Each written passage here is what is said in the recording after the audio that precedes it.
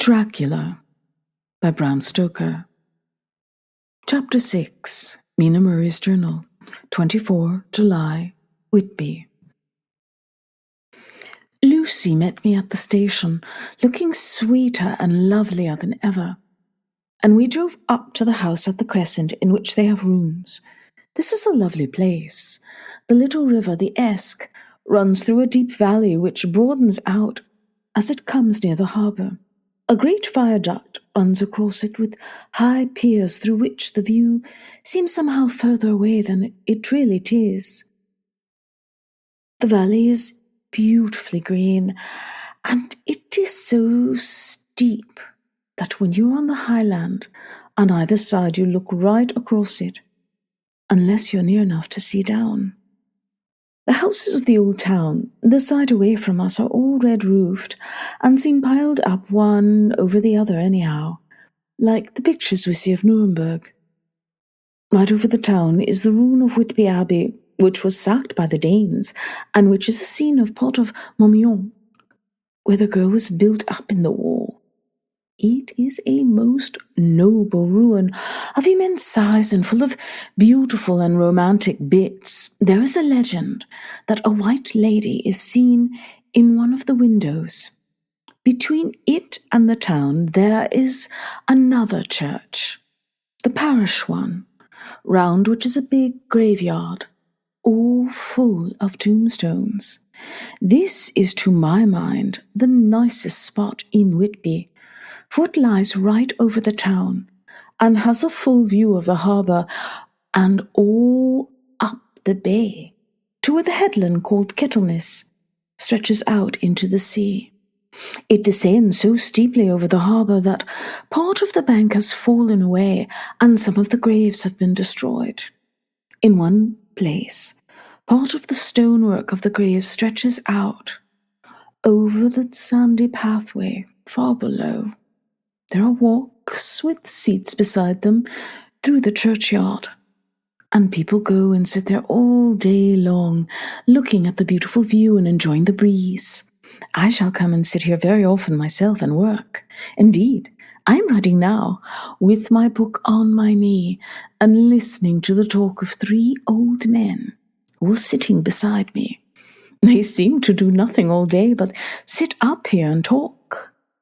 The harbour lies below me, with, on the far side, one long granite wall stretching out into the sea, with a curve outwards at the end of it, in the middle of which is a lighthouse. A heavy sea-wall runs along outside of it. On the near side, the sea-wall makes an elbow crooked inversely, and in its end, too, has a lighthouse. Between the 2 piers there's a narrow opening into the harbour, which then suddenly widens. It is nice at high water, but when the tide is out it shoals away to nothing, and there's merely the stream of the Esk running between banks of sand, with rocks here and there. Outside the harbour, on this side, there rises for about half a mile a great reef, the sharp edge of which runs straight out from behind the south lighthouse. At the end of it is a buoy with a bell, which swings in bad weather, and sends in a mournful sound on the wind. They have a legend here that when a ship is lost, bells are heard out at sea. I must ask the old man about this. He is coming this way. He is a funny old man. He must be awfully old, for his face is all gnarled and twisted like the bark of a tree. He tells me that he is nearly 100, and that he was a sailor in the Greenland fishing fleet when Waterloo was fought. He is, I am afraid, a very sceptical person, for when I asked him about the bells at sea and the White Lady at the Abbey, he said very brusquely, "I wouldn't fash mazzle about them, miss. Things be all out, mind. I don't say that they never was, but I do say there wasn't in my time. They be all very well for comers and trippers and the like, but not for a nice young lady like you. Them feet folks from York and Leeds that Be always eating cured herrings and drinking tea and looking out to buy a cheap jet with Creed aught. I wonder Maisel would be bothered telling lies to them. Even the newspapers, which is full of fool talk. I thought he would be a good person to learn interesting things from, so I asked him if he would mind telling me something about the whale fishing in the old days. He was just settling himself down to begin when the clock struck 6, whereupon he laboured to get up and said, I must gain again words home now, miss. My granddaughter doesn't like to be kept waiting when the tea is ready, for it takes me time to crammel aboon degrees. For there be a many of 'em, and miss, I lack belly timber sairly by the clock. He hobbled away, and I could see him hurrying as well as he could down the steps. The steps are a great feature on the place. They lead from the town up to the church, where there are hundreds of them. I do not know how many, and they wind up in a delicate curve. The slope is so gentle that a horse could easily walk up and down them. I think they must have originally have had something to do with the abbey. I shall go home too. Lucy went out visiting with her mother, and they were only duty calls. So I did not go. They will be home by this. 1 August. I came up here an hour ago with Lucy, and we had a most interesting talk with my old friend and the 2 others who always come and join him. He is evidently the Sir Oracle of them, and I should think must have been in his time a most dictatorial person. He will not admit anything and downfaces everybody. If he can't out-argue them, he bullies them, and then takes their silence for agreement with his views. Lucy, looking sweetly pretty in her white lawn frock, she has got a beautiful colour. Since she has been here, I noticed that the old men did not lose any time in coming up and sitting near her when we sat down. She is so sweet with old people. I think they all fall in love with her on the spot. Even my old man succumbed and did not contradict her, but gave me double share instead. I got him on the subject of the legends, and he went off at once into a sort of sermon. I must try to remember it and put it down. It be all fool talk, lock, stock, and barrow. That's what it be, and nowt else. These bands of waffs upon box and bargless and bowls, all in it, them is only fit to set bands and dizzy women a-belderin'. They be nowt but airblabs. They and all grims and signs and warnings be all invented by parsons at ilsome book bodies and railroad touters to skeer and scanner halflands and to get folks to do something that they don't other inclined to. Makes me awful think of 'em. Why, it's 'em that, not content with printing lies on paper and preaching them out on pulpits, does not want to be cutting them on the tombstones. Look here all round you, in what art you will, all them steens holding up their heads as well as they can out of their pride is a cant, simply tumbling down the weight of the lies wrote on 'em. Here lies the body, or sacred to the memory, wrote on all of them, and yet in nigh half of 'em there be no bodies at all. And the memories of 'em bean't cared a pinch of snuff about, much less sacred. Lies, all of them, nothing but lies of one kind or another, my gog. But it'll be a queer scouterment at the day of judgment, when they come tumbling up to their death socks, all duped together and trying to drag their tombstones with them to prove how good they was. Some of them trembling and dithering with their hands that doesn't and slipping from lying in the sea that they can't even keep their group of 'em. I could see from the old fellow's self-satisfied air and the way in which he looked round for the approval of his cronies that he was showing off. So I put in a word to keep him going. Oh, Mr. Swales, you can't be serious. Surely these tombstones are not all wrong. Yablins. There may be a poor shoe not wrong, saving where they may make out the people too good. But there be folk do think a bumble be like the sea, if only it be their own. The only thing be only lies now, look here. You come here, stranger, and you see this calf. I nodded I thought it better to assent, though I did not quite understand his dialect. I knew it had something to do with the church. He went on. You conceit that all these steens be aboon folk that be apt here, snog and nog? I assented again. Then that be just where the lie comes in. Why, there be scores of these lay beds that be tomb as old John's back-a-box on Friday night. He nudged one of his companions, and they all laughed. And my gog, how could they be otherwise? Look at that one, the afters above the beer bank. Read it.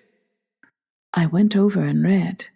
Edward Spenslaw, Master Mariner, murdered by pirates off the coast of Andres, April 1854, AET 30.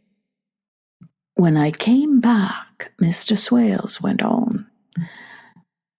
Who brought him home? I wonder to up him here, murdered off the coast of Andres. And you can say that his body lay under. Why, I could name ye a dozen whose bones lie in the Greenland seas above. He pointed northwards. Or the currents may have drifted them. There be steens around ye. Ye, with your young eyes, read the small print of the lies from here. This Braithwaite Lowry. I knew his father lost in the lively off Greenland in 20. Or Andrew Woodhouse drowned in the same seas in 1777. Or John Paxton drowned off Cape Farewell a year later. Or old John Rawlings, whose father sailed with me, drowned in the Gulf of Finland in 50. Do you think all these men will have to have a rush to Whitby when the trumpet sounds? I have me otherums about them. I tell ye, when they got here, they be jumbling and jostling one another that way that it would be like a fight up on the ice in the old days, when we'd be at one another from daylight to dark, and trying to tie up overcuts by the light of the aurora borealis. This was evidently local pleasantry, for the old man cackled over it, and his cronies joined in with gusto. But, I said, surely you are not quite correct, for you start on the assumption that all the poor people or their spirits will have to take their tombstones with them on the day of judgment. Do you think that will really be necessary? Well, what else they be tombstones for? Answer me that, miss.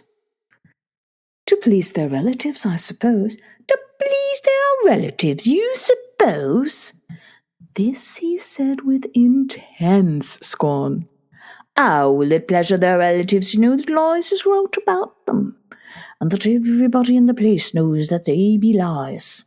He pointed to a stone at our feet, which had been laid down as a slab on which the seat was rested, close to the edge of the cliff. Read the lies on that rough stone, he said. The letters were upside down to me from where I sat, but Lucy was more opposite to them, so she leant over and read. Sacred to the memory of George Cannon, who died in the hope of a glorious resurrection on July 19th, 1873, falling from the rocks at Kettleness. This tomb was erected by his sorrowing mother to her dearly beloved son. He was the only son of his mother, and she was a widow. Really, Mr. Swales, I don't see anything very funny in that.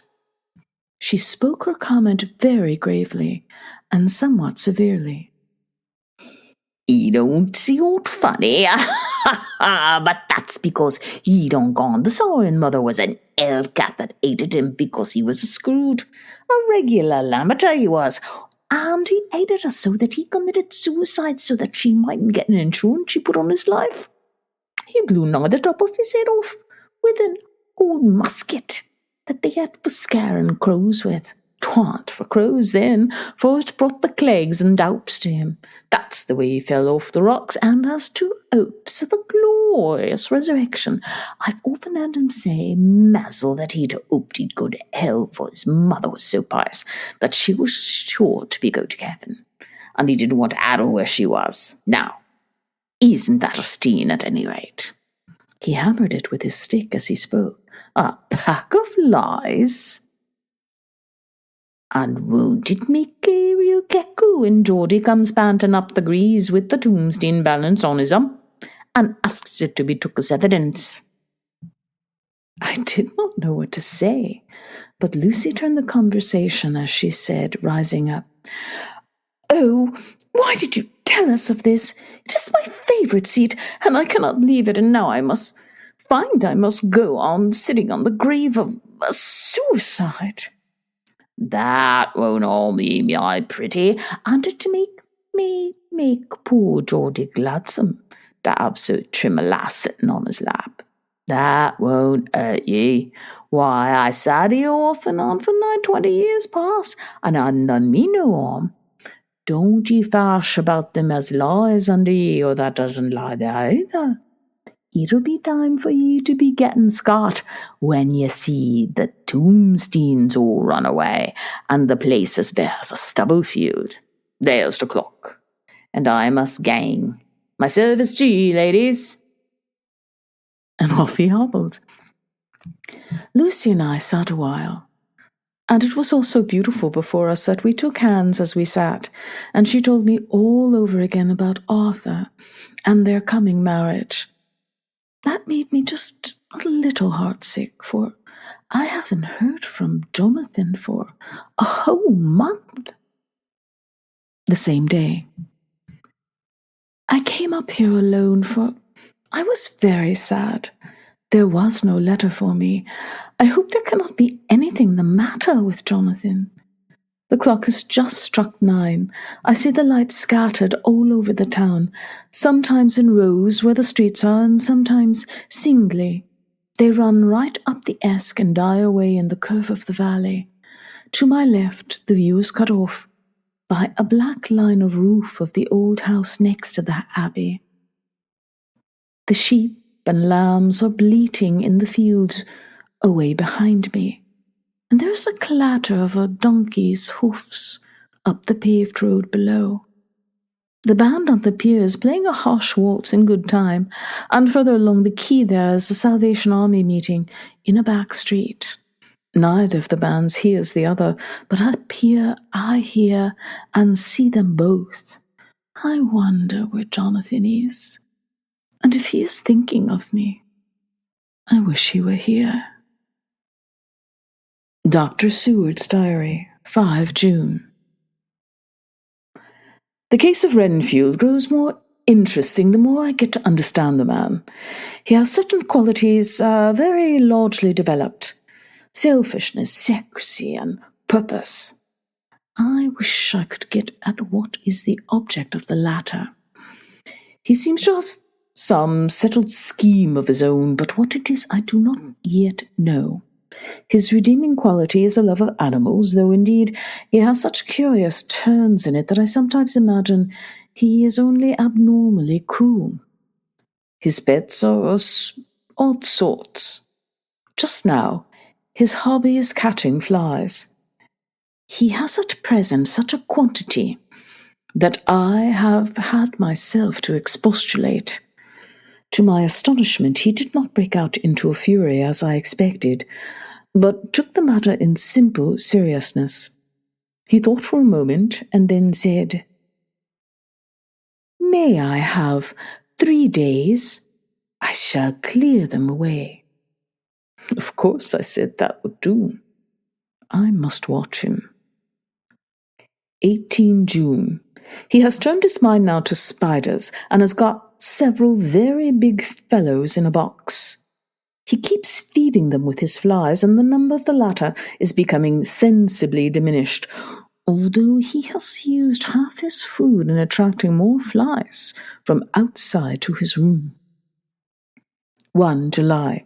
His spiders are now becoming as great a nuisance as his flies, and today I told him that he must get rid of them.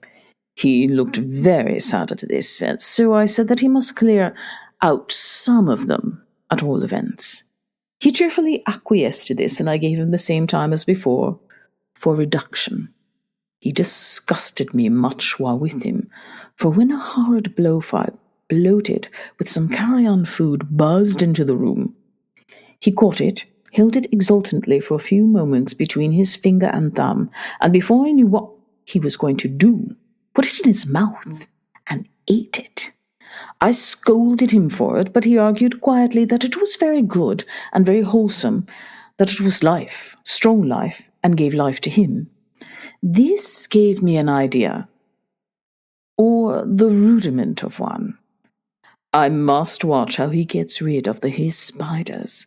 He has evidently some deep problem in his mind, for he keeps a little notebook in which he is always jotting down something.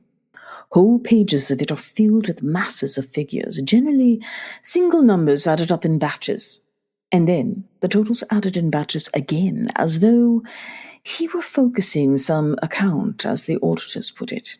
8 July. There's a method in his madness, and the rudimentary idea in my mind is growing. It will be a whole idea soon, and then, oh, unconscious celebration, you will have to give the wall to your conscious brother. I kept away from my friend for a few days so that I might notice if there were any change. Things remain as they were, except that he has parted with some of his pets and got a new one. He has managed to get a sparrow and has already partially tamed it. His means of taming is simple, for already the spiders have diminished. Those that do remain, however, are well fed, for he brings in the flies by tempting them with his food. 19 July. We are progressing. My friend has now a whole colony of sparrows, and his flies and spiders are almost obliterated. When I came in, he ran to me and said he wanted to ask me a great favor, a very, very great favor. And as he spoke, he fawned on me like a dog. I asked him what it was, and he said with a sort of rapture in his voice and bearing, "A kitten, a nice little sleek, playful kitten that I can play with and teach and feed and feed and feed." I was not unprepared for this request, for I noticed how his pets were not increasing in size and vivacity, but I did not care that his pretty family of tame sparrows should be wiped out in the same manner as the flies and the spiders, so I said I would see about it, and asked him if he would not rather have a cat than a kitten. His eagerness betrayed him as he answered, "Oh, yes, I would like a cat. I only ask for a kitten lest you should refuse me a cat." "No one would refuse me a kitten, would they?" I shook my head and said that at present I feared it would not be possible, but that I would see about it. His face fell, and I could see a warning of danger in it, for there was a sudden fierce sidelong look, which meant killing. The man is an undeveloped homicidal maniac. I shall test him with his present craving and see how it will work out. Then I shall know more. 10 p.m. I have visited him again and found him sitting in a corner brooding. When I came in, he threw himself on his knees before me and implored me to let him have a cat, that his salvation depended on it. I was firm, however, and told him that he could not have it, whereupon he went without a word and sat down, gnawing his fingers in the corner where I had found him. I shall see him in the morning, early. 20 July. Visited Renfield. Very early, before the attendant went his rounds. Found him up and humming a tune. He was spreading out his sugar, which he had saved in the window, and was manifestly beginning his fly-catching again, and beginning it cheerfully, with a good grace. I looked around for his birds, and not seeing them, asked him where they were. He replied, without turning around, that they had all flown away. There were a few feathers about the room, and on his pillow a drop of blood. I said nothing, but went and told the keeper to report to me if there were anything odd about him during the day. 11 a.m. The attendant has just been to me to say that Renfield has been very sick and has disgorged a whole lot of feathers. My belief is, Doctor, he said, that he has eaten his birds and that he just took and ate them raw. 11 p.m. I gave Renfield a strong opiate tonight, enough to make him sleep, and took away his pocketbook to look at it. The thought that has been buzzing about my brain lately is complete, and the theory proved. My homicidal maniac is of a peculiar kind. I shall have to invent a new classification for him and call him a zoophagist. Life-eating maniac. What he desires is to absorb as many lives as he can, and he has laid himself out to achieve it in a cumulative way. He gave many flies to one spider and many spiders to one bird, and then wanted a cat to eat the many birds. What would have been his later steps? It would almost be worthwhile to complete the experiment. It might be done if only there were a sufficient cause.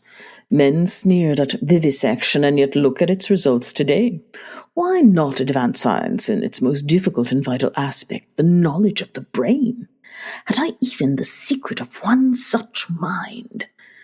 Did I hold the key to the fancy of even one lunatic, I might advance my own branch of science to a pitch compared with Burton Sanderson's physiology, or Ferrier's brain knowledge would be as nothing, if only there were a sufficient cause. I must not think too much of this, or I may be tempted. A good cause might turn the scale with me, for may not I too be of exceptional brain, congenitally? How well the man reasoned. Lunatics always do within their own scope. I wondered how many lives he values a man, or if at only one. He has closed the account most accurately, and today begun a new record. How many of us begin a new record with each day of our lives? To me, it seems only yesterday that my whole life ended with my new hope, and that truly I began a new record. So it will be until the great recorder sums me up and closes my ledger account with a balance to profit or loss. Oh, Lucy, Lucy, I cannot be angry with you, nor can I be angry with my friend, whose happiness is yours.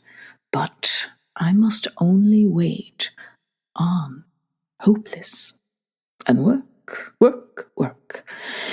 If only I could have as strong a cause as my poor mad friend there, a good, unselfish cause to make me work. That would be indeed happiness. Mina Murray's Journal, 26 July. I am anxious. It soothes me to express myself here. It is like whispering to oneself and listening at the same time. And there is something about the shorthand symbols that makes it different from writing. I am unhappy about Lucy and about Jonathan. I had not heard from Jonathan for some time, and was very concerned. But yesterday, dear Mr. Hawkins, who is always so kind, sent me a letter from him. I had written asking him if he had heard, and he said the enclosed had just been received. It is only a line dated from Castle Dracula, and says that he is just starting for home. That is not like Jonathan. I do not understand it, and it makes me uneasy. Then too, Lucy, although she is so well, has lately taken to her old habit of walking in her sleep. Her mother has spoken to me about it, and we have decided that I am to lock the door of our room every night. Mrs. Westerner has got an idea that sleepwalkers always go out on roofs of houses and along the edges of cliffs, and then suddenly get wakened and fall over with a despairing cry that echoes all over the place. Poor dear, she is naturally anxious about Lucy, and she tells me that her husband, Lucy's father, had the same habit, and that he would get up in the night and dress himself and go out if he were not stopped. Lucy is to be married in the autumn, and she's already planning out her dresses and how her house is to be arranged. I sympathize with her, for I do the same, only Jonathan and I will start in life in a very simple way, and shall have to try to make both ends meet. Mr. Homewood, he is the Honourable Arthur Homewood, only son of Lord Godalming, is coming up here very shortly, as soon as he can leave town, for his father's not very well, and I think dear Lucy is counting the moments till he comes. She wants to take him up to the seat on the churchyard cliff and show him the beauty of Whitby. I dare say it is the waiting which disturbs her. She will be all right when he arrives. 27 July. No news from Jonathan.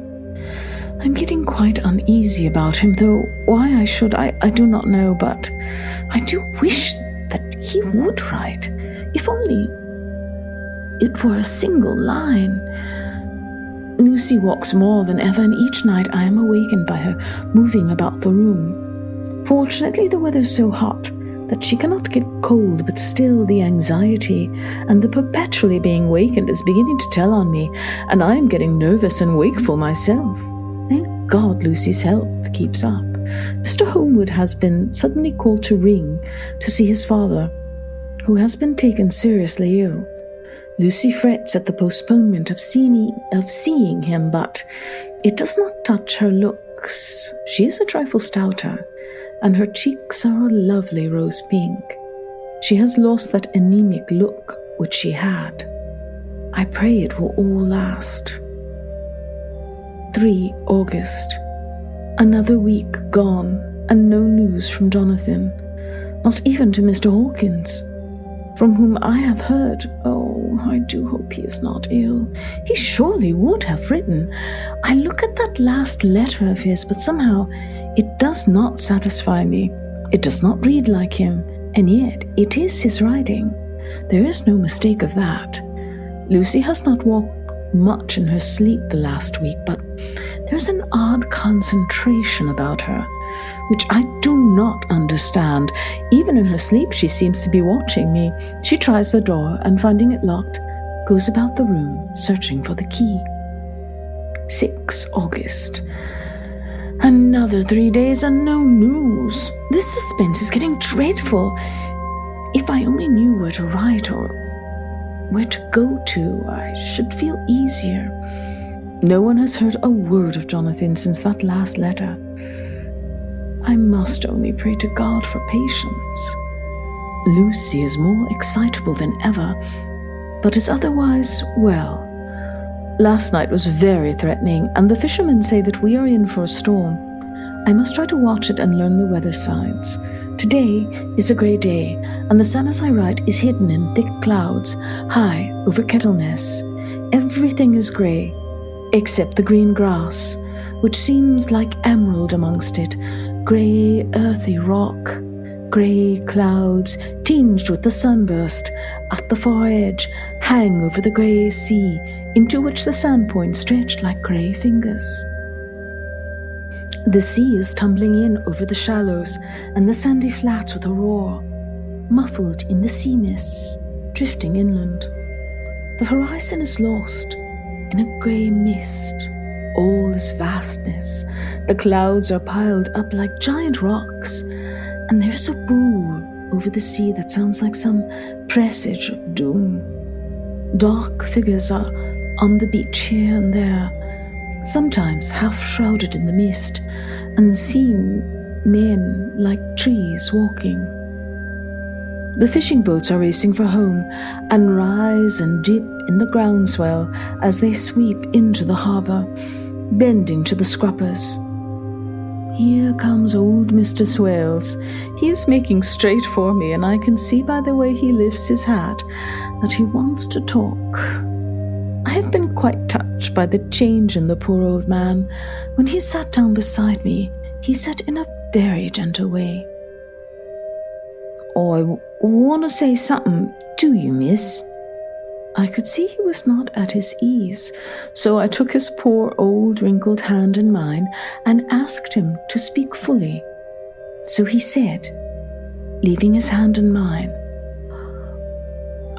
"I'm afraid, my dearie, that I must have shocked you by all the wicked things I've been saying about the dead and such like for weeks past, but I didn't mean 'em, and I want ye to remember that when I'm gone, we all folk be daffled with one foot above the clock, who don't altogether like to think of it, and we don't want to feel scarred of it. And that's why I took to making light of it, so that I'd cheer up my own heart a bit. But Lord love ye, miss, I ain't afraid of dying, not a bit. Only I don't want to die if I can help it. My time must be nigh at hand now, for I be old, and 100 years is too much for any man to expect, and I'm so nigh it that the old man's already whetting his scythe.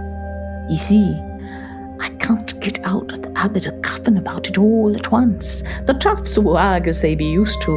Some day soon the angel of death will sound his trumpet for me, but don't ye howl and greet, my dearie," for he saw that I was crying. "If he should come this very night, I'd not refuse to answer his call, for life be all, after all, only a waiting for something else than what we're doing, and death be all that we can rightly depend on. But I'm content for coming to me, my dearie, and coming quick. It may be coming, we be looking and wondering, maybe it's e'en that wind out over the sea, that bringing with its loss and wreck and sore distress. Inside the huts, look, he cried suddenly. There is something in that wind and in the house beyond that sounds and looks and tastes and smells like death. It's in the air. I feel it coming. Lord, make me answer cheerful when my call comes." He held up his arms devoutly and raised his hat. His mouth moved as though he were praying. After a few minutes' silence, he got up, shook hands with me and blessed me and said goodbye, and hobbled off. It all touched me and upset me very much. I was glad when the Coast Guard came along with his spyglass under his arm.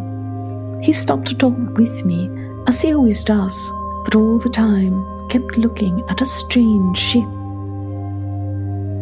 I can't make her out," he said. "She's a bit Russian by the look of her, but she's knocking about in the queerest way. She doesn't know her mind a bit. She seems to see the storm coming, but can't decide whether to run up north in the open or to put in here. Look there again. She is steered mighty strangely, for she doesn't mind the hand and the wheel changes about with every puff of wind. We'll hear more of her before this time tomorrow."